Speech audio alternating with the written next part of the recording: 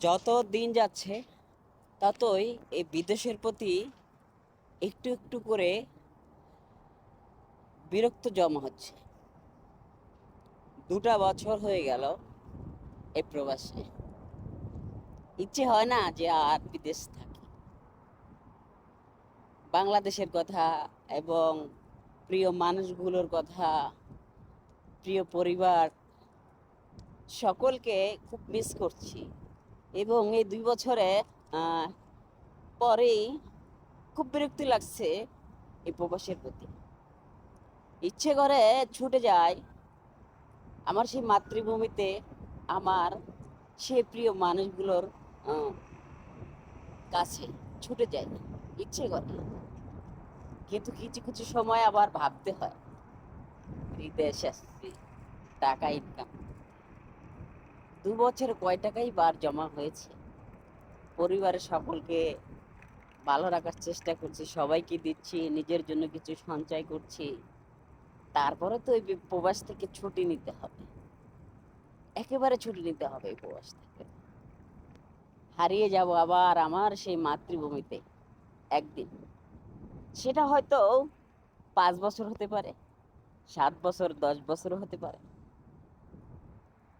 নিজের সঞ্চয়টা করে তারপরই এই সৌদি আরবটাকে শেষ করে, একেবারে শেষ করে নিজের মাতৃভূমিতে চলে যাব, প্রিয় মানুষগুলোর কাছে।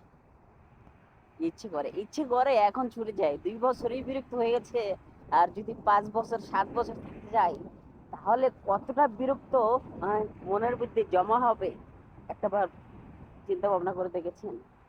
প্রবাস, প্রবাস জিনিসটা সহজ না ভাই, অনেক কঠিন, অনেক কষ্ট, অনেক বিপদ আপদ এর সম্মুখীন হতে হয়। এটাই হচ্ছে প্রবাস।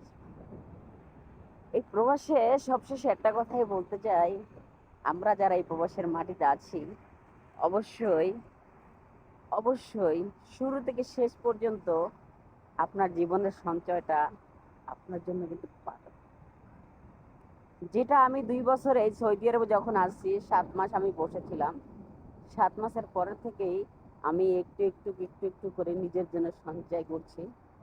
এবং দীর্ঘ 5টা বছর এই প্রবাসে কাটিয়ে দেওয়ার একটা স্বপ্ন চোখে আছে। কিছু ভবিষ্যতে জমা করার ইচ্ছা আছে। সেটা আস্তে আস্তে হচ্ছে, পরিবারের সকলকে দিয়েই হচ্ছে। তো এই হচ্ছে কথা।